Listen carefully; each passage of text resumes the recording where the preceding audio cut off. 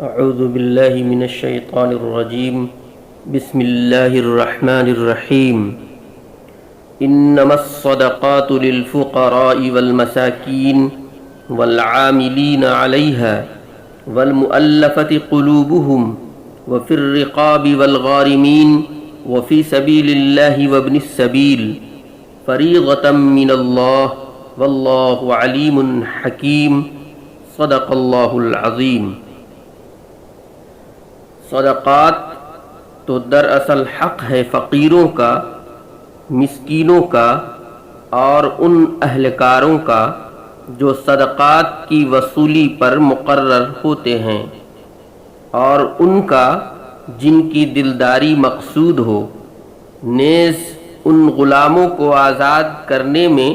اور قرض داروں کے قرضے ادا کرنے میں اور اللہ کے راستے میں اور مسافروں کی مدد میں خرچ کیا جائے۔ یہ ایک فریضہ ہے اللہ کی طرف سے، اور اللہ علم کا بھی مالک ہے اور حکمت کا بھی مالک ہے۔ محترم سامعین، اللہ تعالیٰ کا خاص فضل ہے کہ ہم سبھوں نے اس کی توفیق کی بدولت ماہ مقدس کے زیادہ تر ایام بحسن و خوبی گزر گئے۔ اب نہ جانے وہ دن پھر دوبارہ ملیں کہ نہ ملیں۔ ہمیں بقیہ دنوں میں خوب عبادت کرنی چاہیے۔ رمضان کے مہینے میں بعض صحابہ زکوٰۃ ادا کیا کرتے تھے، اور آج کل بھی خاص طور پر لوگ اسی مہینے میں زکوٰۃ ادا کیا کرتے ہیں۔ یہ رمضان کے مہینے میں فرض نہیں ہے،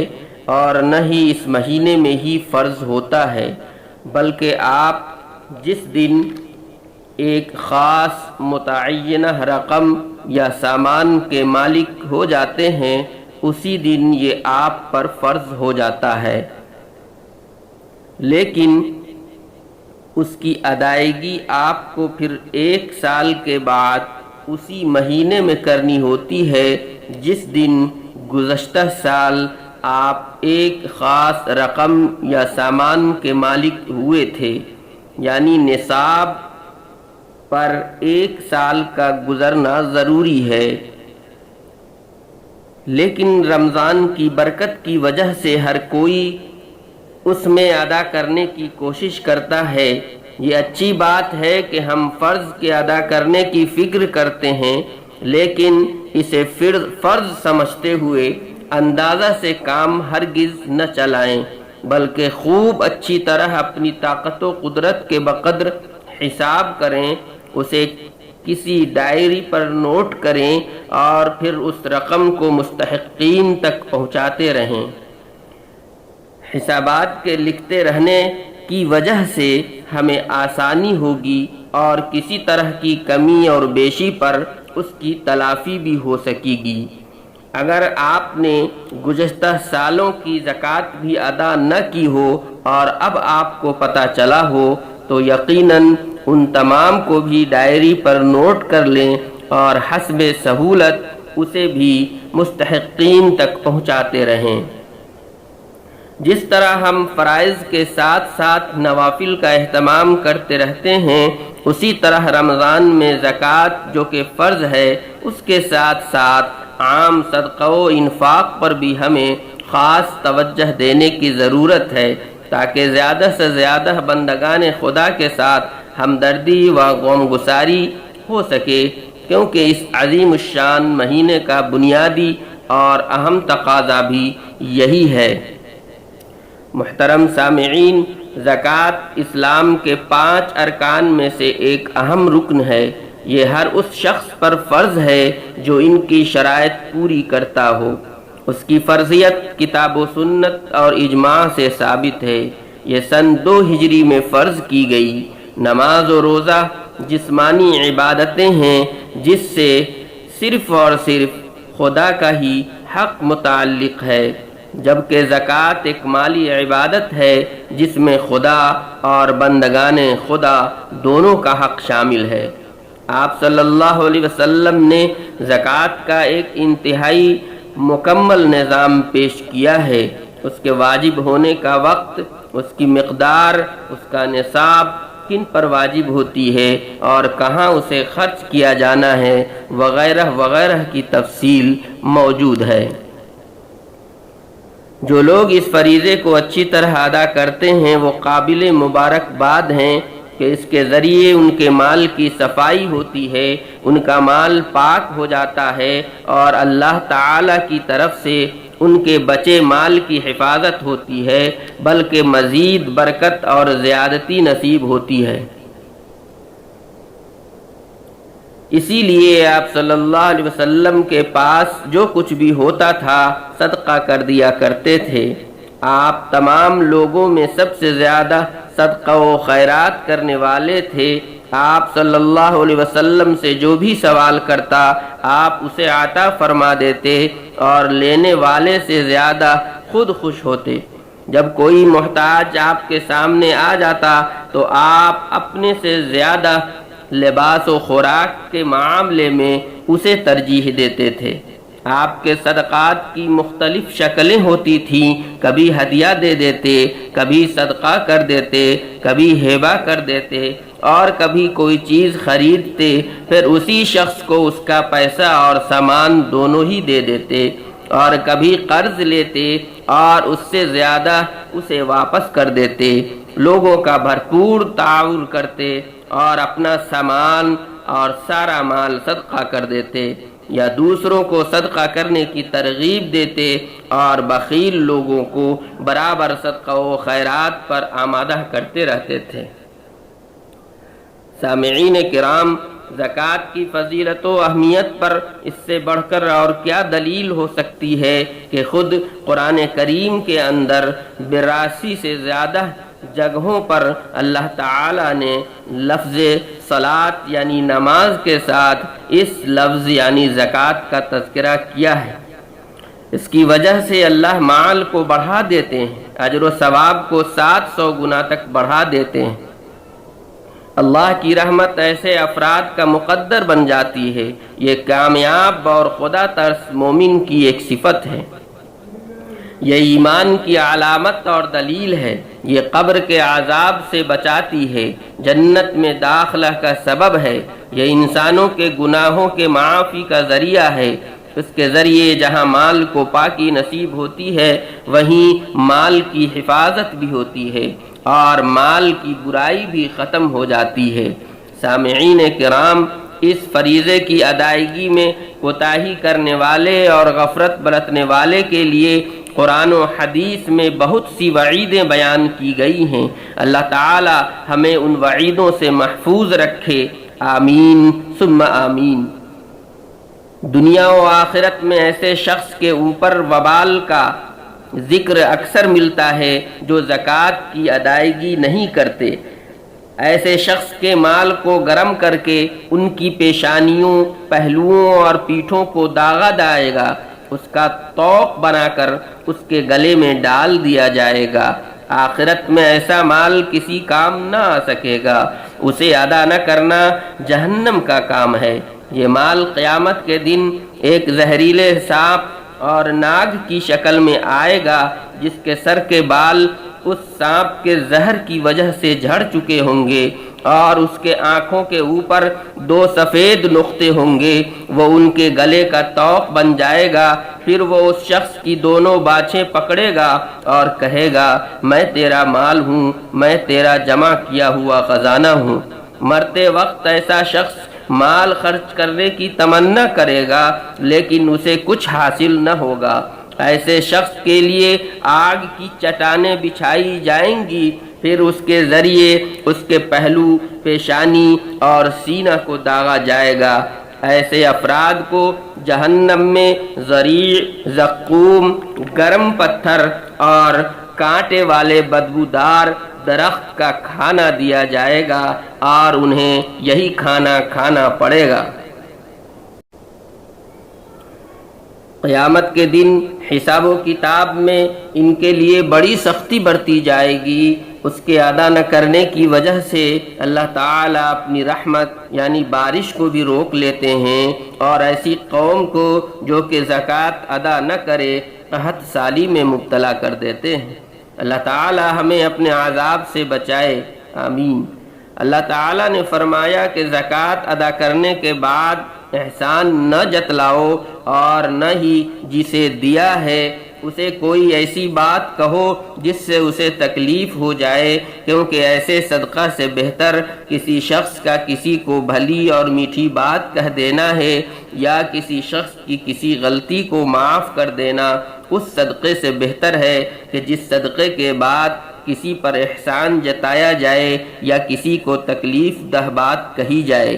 اللہ تعالیٰ نے فرمایا کہ احسان جتلانے سے اس کا مال برباد ہو جاتا ہے۔ اللہ تعالیٰ ہمیں اس بری خصلت و عادت سے بچائے اور خرچ کرتے وقت اور اس کے بعد بھی ہمارے دلوں کے اندر تکبر اور گھمنڈ پیدا نہ کرے، کیونکہ ہم نے اسے دیا جس کا کہ یہ حق تھا، یہ ہمارا احسان نہیں ہے ہم نے دیا، بلکہ اللہ کا احسان ہے کہ اس نے ہمیں توفیق بخشی کہ ہم نے ایک فرض کو ادا کر دیا۔ اللہ سے ہمیشہ دعا کرتے رہیں کہ اے اللہ اس کے ذریعے جہاں ہمارے مالوں کو پاک کرے وہیں ہمارے دلوں کو بھی پاکی کا ذریعہ بنائے، آمین ثم آمین۔ محترم حاضرین، یہ زکوٰۃ اس شخص پر فرض ہے جو مسلمان ہو، یعنی کوئی اگر کافر یا مشرک یا مرتد ہے تو اس پر یہ فرض نہیں ہے۔ اسی طرح دوسری شرط یہ ہے کہ وہ شخص عاقل ہو، یعنی اگر کوئی پاگل اور مجنون ہے اور وہ مالدار ہے تو اس پر زکوٰۃ فرض نہیں ہے۔ اسی طرح تیسری شرط یہ ہے کہ وہ بالغ ہو، یعنی کوئی اگر نابالغ مالدار ہے تو اس پر زکوٰۃ نہیں ہے۔ اسی طرح چوتھی شرط یہ ہے کہ وہ آدمی صاحب نصاب ہو، یعنی اس کے پاس یا تو 87.5 گرام سونا ہو جسے 7.5 تولہ سونا کہتے ہیں، یا اس کے پاس 612.36 ملی گرام چاندی ہو جسے ہم 52.5 تولہ چاندی کہتے ہیں، یا اس چاندی کے نصاب کے بقدر یعنی 612.36 ملی گرام چاندی کے بقدر اس کے پاس مال ہو یا تجارت کا سامان ہو، وہ آدمی صاحب نصاب کہلاتا ہے۔ اور اس نصاب کا جس دن آدمی مالک ہوا اس دن سے 1 سال تک اگر اس کے پاس یہ نصاب موجود ہے تو اس کے اوپر پھر سال گزرنے کے بعد اس مال کا 2.5% یعنی 40واں حصہ اسے زکوٰۃ ادا کرنا ہے، یا اس کے پاس ان چاروں میں سے کسی کو کسی سے ملا کر اس کے پاس اگر چاندی کا نصاب ہو جاتا ہے یعنی 612.36 ملی گرام چاندی کے بقدر مالیت کا وہ مالک ہوتا ہے تو وہ صاحب نصاب ہے، اسے 1 سال گزرنے کے بعد اپنے مال کی زکوٰۃ نکالنا ہوگا۔ توجہ کی بات یہ ہے کہ آج کل سونا اور چاندی میں کافی فرق ہو گیا ہے، اور جس کی وجہ سے بہت سے ایسے افراد جو کہ زکوٰۃ ادا کرنے کے لائق ہے زکوٰۃ لیتے رہتے ہیں، اسی لیے توجہ سے سننے کی ضرورت ہے۔ محترم حاضرین، اس حساب سے اگر دیکھا جائے تو سونے کی قیمت اتنی زیادہ ہے کہ اگر کسی آدمی کے پاس صرف 6 گرام سونا ہی ہے اور کچھ پیسہ ہے تو وہ آدمی نصاب کا مالک ہے،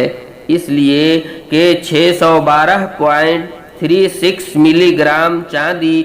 آج کل کے بازار میں 25 سے 26 ہزار کی مالیت میں مل جائے گی، اور اگر 44,000 کا 10 گرام سونا ہے تو اس اعتبار سے 6 گرام سونے کی قیمت 26,400 روپے ہوئی، یعنی کوئی شخص یا عورت اگر صرف 6 گرام سونا اپنے پاس رکھے ہے اور کچھ پیسہ تو اس کے پاس ہوتا ہی ہے تو گویا وہ نصاب کا مالک ہے اور اس پر زکوٰۃ فرض ہے، اسے زکوٰۃ نکالنا چاہیے۔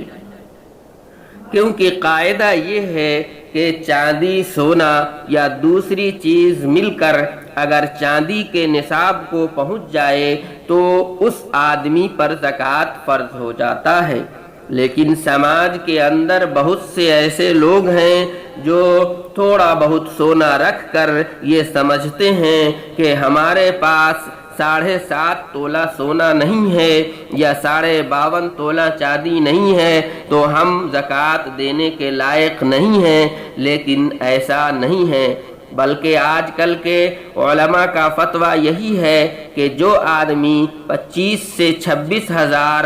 روپے کا مالک ہو جائے اسے زکوٰۃ دینا ہے۔ اسی لیے احتیاط اسی میں ہے کہ اگر آپ غریب ہوں یا بیوہ ہوں تو تھوڑا سا بھی سونا نہ رکھیں۔ البتہ ایک دوسری رائے یہ ہے جو عرب کے معاصر علماء کی ہے اور کچھ ہمارے ایشیا کے علماء کی ہے کہ اگر تمام کو ملا کر سونے کے نصاب کو پہنچے یعنی 87.5 گرام سونا کے بقدر اس کی مالیت پہنچے تبھی اس کے اوپر زکوٰۃ فرض ہوتی ہے، لیکن اس رائے کو بہت کم لوگ ہی تسلیم کرتے ہیں۔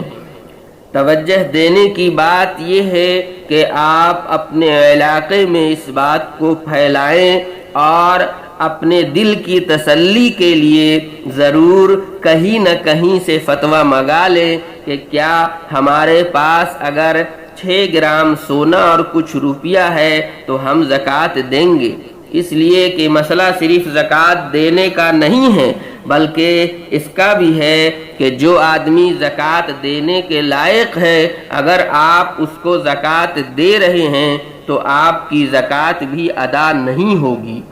اور اگر آپ اس بات کو تسلیم کرتے ہیں کہ چاندی کے بقدر مالیت پر آپ کے اوپر زکوٰۃ فرض ہے تو آپ پر زکوٰۃ دینا فرض ہے، آپ زکوٰۃ لے نہیں سکتے ہیں اور نہ ہی ایسے شخص کو آپ زکوٰۃ دے سکتے ہیں۔ اسی لیے اس نازک مسئلے کے سلسلے میں آپ ضرور علماء سے دریافت کریں اور پھر اس فرض کو ادا کرنے کی کوشش کریں۔ حساب اس طرح سے کرتے ہیں کہ سال گزرنے کے بعد آپ کا جو نصاب تھا وہ اس نصاب کے ساتھ ساتھ جتنا بھی مال ہے اس کو آپ جوڑ لیں اور اس نصاب کے فاضل جتنا بھی مال ہے ان تمام پر 2.5% یعنی 40واں حصہ آپ نکالیں۔ بہتر ہوگا کہ آپ ڈائری میں اسے نوٹ کر لیں کہ نصاب کی رقم اوپر لکھیں اور اس کے علاوہ جتنی بھی مالیت ہے اسے نیچے لکھیں۔ آپ نے اگر کسی کو قرض دے رکھا ہے وہ بھی لکھیں، ادھار دے رکھا ہے وہ بھی لکھ لیں، اور ٹوٹل جتنی رقم آئے اس پر آپ کو 2.5% نکالنا ہے۔ اس ٹوٹل مال میں سے آپ کو ایک چیز گھٹا لینی ہے کہ اگر آپ نے کسی کو قرض دیا ہے اور وہ قرض آپ اس میں سے نکال دیں اور اس کو مائنس کر دیں، اب جو ٹوٹل آئے اس پر آپ 40واں حصہ نکال دیں۔ اللہ تبارک و تعالی سے دعا کرتے رہیں کہ اللہ تعالی ہمیں اس فرض کو صحیح سے ادا کرنے کی توفیق عطا فرمائے، آمین ثم آمین۔ صدق اللہ العظیم۔ چند اہم باتیں یہ ہیں، نمبر 1، صرف سونے اور چاندی سے بنے زیورات پر ہی زکوٰۃ ہے، دوسرے کسی بھی مادہ سے بنے زیورات پر زکوٰۃ نہیں ہے، خواہ اس کی قیمت کتنا ہی ہو۔ دوسری اہم بات یہ ہے کہ کسی بھی دکان یا کارخانے کے اندر جو بھی مال بیچنے کے لیے آپ نے رکھا ہے وہ تجارت کا مال ہے، اسی لیے اسے آپ جتنے روپیے میں بیچیں گے ان سب کی قیمت کو بھی جوڑ لیں اور اس کی بھی زکوٰۃ ادا کریں۔ تیسری اہم بات یہ ہے کہ اگر آپ نے کوئی لون لیا ہے، کوئی سامان، کوئی گاڑی لی ہے جو ضرورت کے لیے ہے، شوق کے لیے نہیں ہے، تو اس کی 1 سال کی یعنی 12 مہینے کی جتنی قسط بنتی ہے اور جس قسط کو آپ ادا کرتے ہیں اسے آپ اس مال میں سے گھٹا لیں گے، یعنی ٹوٹل میں سے گھٹا لیں گے۔ اس پر آپ کو زکوٰۃ نہیں دینا ہے کیونکہ یہ رقم آپ کے اوپر قرض ہے۔ چوتھی اہم بات یہ ہے کہ اگر کئی فلیٹ آپ کے پاس ہیں لیکن آپ نے اسے تجارت کے لیے، بیچنے کے لیے نہیں خریدا ہے اور نہیں آپ کا دھندا فلیٹ کے خریدنے اور بیچنے کا ہے، تو ان تمام کے کرائے پر آپ کو زکوٰۃ دینا ہے۔ ان تمام فلیٹ کی قیمت کو جوڑ کر اس پر زکوٰۃ نہیں دینا ہے۔ اسی طرح ایک اہم بات یہ ہے کہ اگر آپ کے پاس کئی گاڑیاں ہیں تو آپ کا پیشہ اگر گاڑیوں کے بیچنے اور خریدنے کا نہیں ہے تو ان گاڑیوں کی قیمت پر آپ کو زکوٰۃ نہیں دینا ہے، بلکہ ان گاڑیوں سے جو کرایہ آپ وصول کرتے ہیں ان پر آپ کو زکوٰۃ دینا ہے۔ اسی طرح ایک اہم بات یہ ہے کہ اگر آپ نے بینک میں کوئی پیسہ فکسڈ کر رکھا ہے تو اس پر بھی آپ کو زکوٰۃ دینا ہے۔ اسی طرح کسی کمپنی میں اگر آپ لون کا پیسہ جمع کرتے ہیں یا شیئر کا پیسہ جمع کرتے ہیں یا آپ سرکاری ملازم ہیں اور آپ کا پیسہ جمع ہوتا ہے تو ان تمام پیسے کے ملنے کے بعد اس رقم پر آپ کو زکوٰۃ ادا کرنا ہے، اور احتیاط اس میں ہے کہ اس رقم کے ملنے کے بعد اگر جس سال آپ صاحب نصاب ہو گئے تھے اس سال جتنا بھی پیسہ آپ کے پاس تھا جمع، اس پر گزشتہ سال کی زکوٰۃ بھی ادا کر دیں تو زیادہ بہتر ہے۔ اسی طرح جب آپ ٹوٹل کریں تو اس کل رقم میں اگر آپ کمیٹی میں کسی بھی کمیٹی میں پیسہ جمع کرتے ہیں تو یہ بھی آپ کا مال ہے، اس مال کو بھی اپنے ٹوٹل رقم میں جوڑ لیں اور اس کا بھی زکوٰۃ ادا کریں۔ ان چند اہم باتوں کو دھیان میں رکھیں۔ اللہ تبارک و تعالی ہمارا حامی و ناصر ہو، آمین ثم آمین۔